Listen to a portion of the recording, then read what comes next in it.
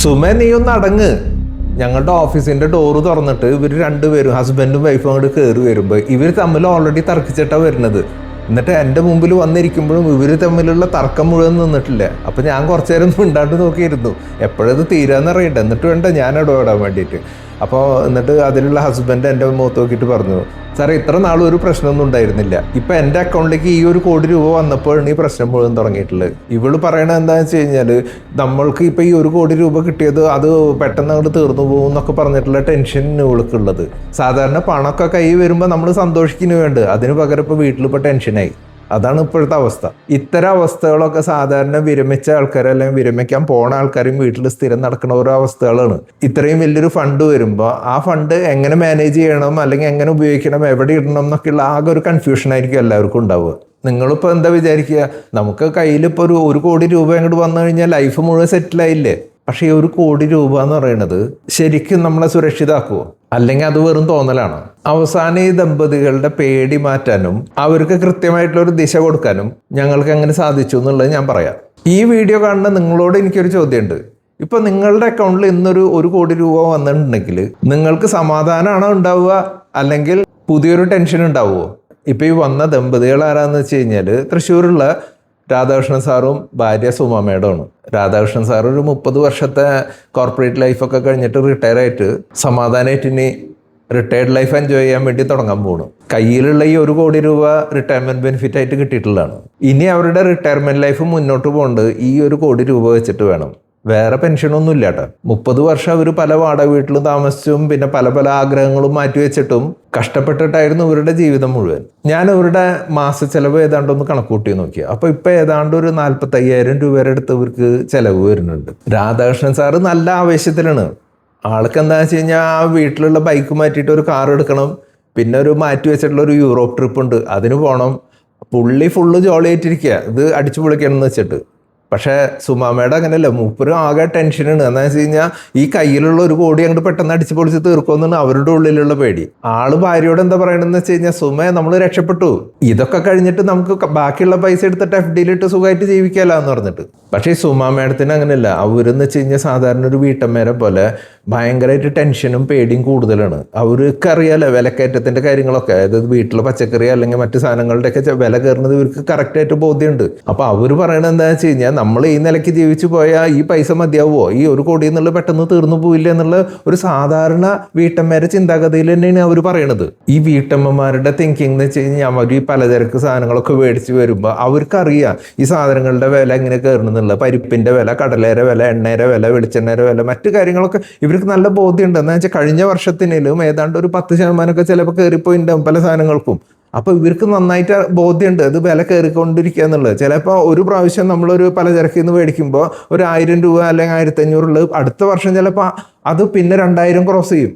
ഇതിങ്ങനെയാണ് വന്നുകൊണ്ടിരിക്കുന്നത്. വിലക്കയറ്റം ഇവരുടെ ഉള്ളിൽ ഒരു പേടി വളർത്തിക്കൊണ്ടിരുന്നിട്ടുണ്ട് ഓൾറെഡി. അപ്പോൾ ഇവർക്ക് എന്താ പേടിയെന്ന് വെച്ച് കഴിഞ്ഞാൽ, ഈ നിലയ്ക്ക് പോയി കഴിഞ്ഞ് കഴിഞ്ഞാൽ ഇപ്പോൾ ഈ 45,000 ഇപ്പം മാസത്തിലുള്ള ചിലവ്, അത് പിന്നെയും തുടർന്നങ്ങോട്ട് കയറിപ്പോയാൽ പിന്നെയും കയറിപ്പോവില്ലേ എന്നുള്ളതാണ്. ഇങ്ങനത്തെ ഈ ഒരു ടെൻഷൻ ഡെവലപ്പ് ചെയ്തപ്പോഴാണ് 2 പേരും കൂടിയിട്ട് എന്നെ കാണാൻ വന്നിട്ടുള്ളത്, ഇതിൻ്റെ ഒരു പരിഹാരം എന്നുള്ള രീതിയിൽ.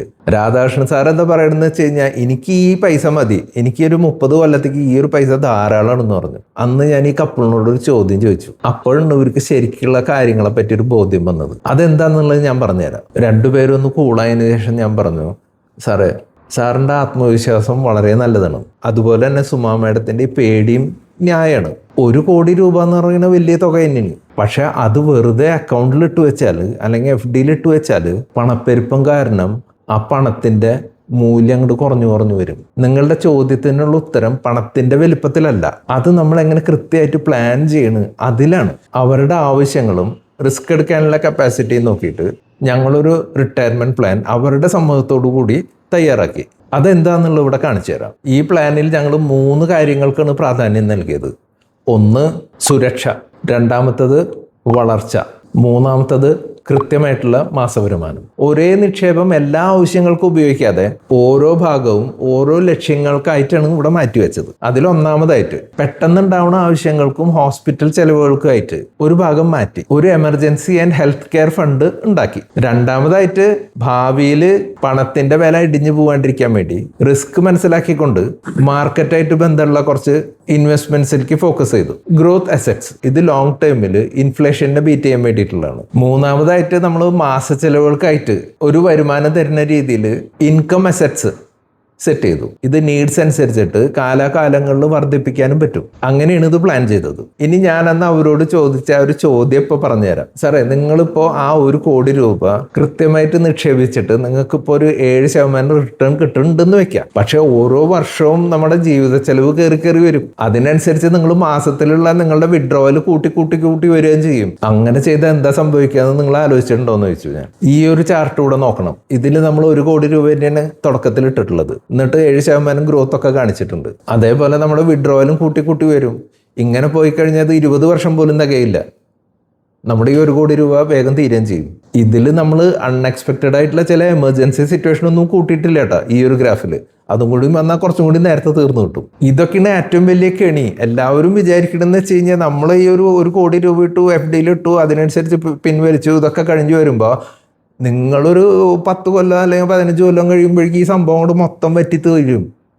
അതാണ് മിക്ക ആൾക്കാർക്കും എപ്പോഴും പറ്റിക്കൊണ്ടിരിക്കുന്നത്. ഇപ്പം നമ്മളുടെ അക്കൗണ്ടിൽ പൈസ ഉണ്ട്, ഒരു എമർജൻസി കേസോ അല്ലെങ്കിൽ ഹോസ്പിറ്റൽ കേസൊക്കെ വരുമ്പോൾ നമ്മൾ ചിലവാക്കേണ്ടിരിക്കുമോ? അതെന്തായാലും ചിലവാക്കും. ഇങ്ങനെയൊക്കെ വരുമ്പോൾ ഫണ്ട് പെട്ടെന്ന് അങ്ങോട്ട് തീർന്നു പോകും. അപ്പോൾ 1 കോടി രൂപ ഉണ്ടെങ്കിൽ നമുക്ക് 30 വർഷത്തേക്ക് അത് മതിയാവുമോ? ഇതിൻ്റെ ആൻസർ ശരിക്കും 2 ഉണ്ട്. ഒന്ന് യെസ്സും ഉണ്ട്, ഒന്ന് നോയും ഉണ്ട്. ഇതിനൊറ്റ ഉത്തരമില്ല. നമ്മൾ സോഷ്യൽ മീഡിയയിലൊക്കെ നോക്കിക്കഴിഞ്ഞാൽ അവിടെ ഭയങ്കര കാൽക്കുലേഷനൊക്കെ കാണും കേട്ടോ. അവിടെ ഒറ്റ ഉത്തരം ഉണ്ടാവുള്ളൂ. പക്ഷേ റിയൽ ലൈഫിൽ ഓരോ കുടുംബത്തിനും അവരുടെ സാഹചര്യങ്ങൾക്കനുസരിച്ച് ഉത്തരങ്ങളൊക്കെ വ്യത്യാസമായിരിക്കും. അത് നിങ്ങളുടെ ചെലവുകളും പണത്തിന്റെ നിക്ഷേപ രീതിയും എന്നിവയെല്ലാം ആശ്രയിച്ചിരിക്കും. അതുകൊണ്ടാണ് ഞാൻ പറയുന്നത് തുകയേക്കാളും ഏറ്റവും പ്രധാനം നമ്മുടെ പ്ലാനാണ്. അതാണ് ഏറ്റവും പ്രധാനം. പണം വെറുതെ പൂഴ്ത്തിവെക്കലല്ല പണി, മറിച്ച് ആവശ്യങ്ങൾക്ക് അനുസരിച്ച് അതിനെ മാറ്റിവെക്കലാണ്. അതെങ്ങനെയാന്നുള്ള ആ പ്ലാനിലൂടെ അവർക്ക് ശരിക്കും മനസ്സിലായി. നിങ്ങളുടെ അഭിപ്രായത്തിൽ ഈ 1 കോടി രൂപ 30 വർഷത്തേക്ക് മതിയാവുമോ ഇല്ലേ? മതിയാവുമെന്ന് വെച്ച് കഴിഞ്ഞാൽ യെസ് ഇടുക, ഇല്ലെങ്കിൽ നോന്ന് ഇടുക. താഴെ കമൻറ്റിലാവുന്ന നിങ്ങളുടെ കമൻറ്റ് ഇടുക. ഞാൻ എല്ലാ കമൻറ്റും വായിക്കാറുണ്ട്. റിട്ടയർ ചെയ്യണ മിക്ക ആൾക്കാരും ചെയ്യുന്ന ഒരു അബദ്ധം എന്താണെന്നറിയോ? അവർ റിട്ടയർ ചെയ്യണ ദിവസം കയ്യിൽ കിട്ടുന്ന ഒരു എമൗണ്ട് ഉണ്ടല്ലോ, അത് നോക്കിയിട്ട് അങ്ങോട്ട് തൃപ്തിപ്പെടും. എന്നാൽ ഈ കിട്ടിയ പൈസ ഇനി 10 വർഷത്തേക്ക് തികയോ അല്ലെങ്കിൽ 20 വർഷത്തേക്ക് തികയോ എന്നുള്ളതൊന്നും ആലോചിക്കാറില്ല മിക്ക ആൾക്കാരും. റിട്ടയർമെന്റിൽ നിങ്ങൾ ആദ്യം തുകയുടെ വലുപ്പമല്ല നോക്കേണ്ടത്, പ്ലാനിന്റെ കരുത്താണ് നോക്കേണ്ടത്. അത്രമാത്രം. ഒരു കാര്യം ഓർക്കുക, റിട്ടയർമെന്റിലെ ആളുകളെ ഏറ്റവും അധികം സഹായിക്കുന്നത് വലിയ തുകയല്ല, ശരിയായിട്ടുള്ള പ്ലാനാണ്.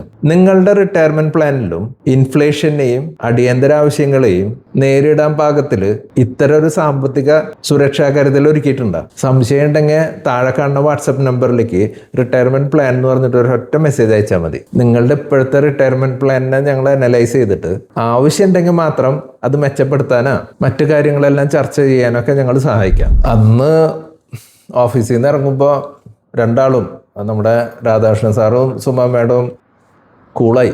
2 മൂത്ത ആ ടെൻഷനും ഇല്ല, ഒന്നുമില്ല. ഭാവിനെ കുറിച്ചുള്ള ഒരു പേടി മാറി കിട്ടി. പിന്നെ കാര്യങ്ങളെ പറ്റി ഒരു വ്യക്തത കിട്ടി. കൂടാതെ നല്ല ആത്മവിശ്വാസം കിട്ടി. അവരുടെ ആ ഒരു ആത്മവിശ്വാസമാണ് എനിക്ക് കിട്ടിയ ഏറ്റവും വലിയ സന്തോഷം. ഒരു മ്യൂച്വൽ ഫണ്ട് ഡിസ്ട്രിബ്യൂട്ടർ എന്നുള്ള നിലയ്ക്ക് ഞങ്ങളുടെ പണി ഭാവി മുൻകൂട്ടി പറയലല്ല, വിപണിയിലെ മാറ്റങ്ങളും നിങ്ങളുടെ ജീവിതത്തിന്റെ ആവശ്യങ്ങളും അതൊക്കെ മുന്നിൽ കണ്ടിട്ട് നിങ്ങളുടെ സാഹചര്യത്തിന് അനുയോജ്യമായിട്ടുള്ള തീരുമാനങ്ങൾ എടുക്കാൻ സഹായിക്കലാണ് ഞങ്ങളുടെ പണി. കാരണം കൃത്യമായിട്ടുള്ള തീരുമാനങ്ങൾ എന്നും നിങ്ങളുടെ സമാധാനം നിലനിർത്തും.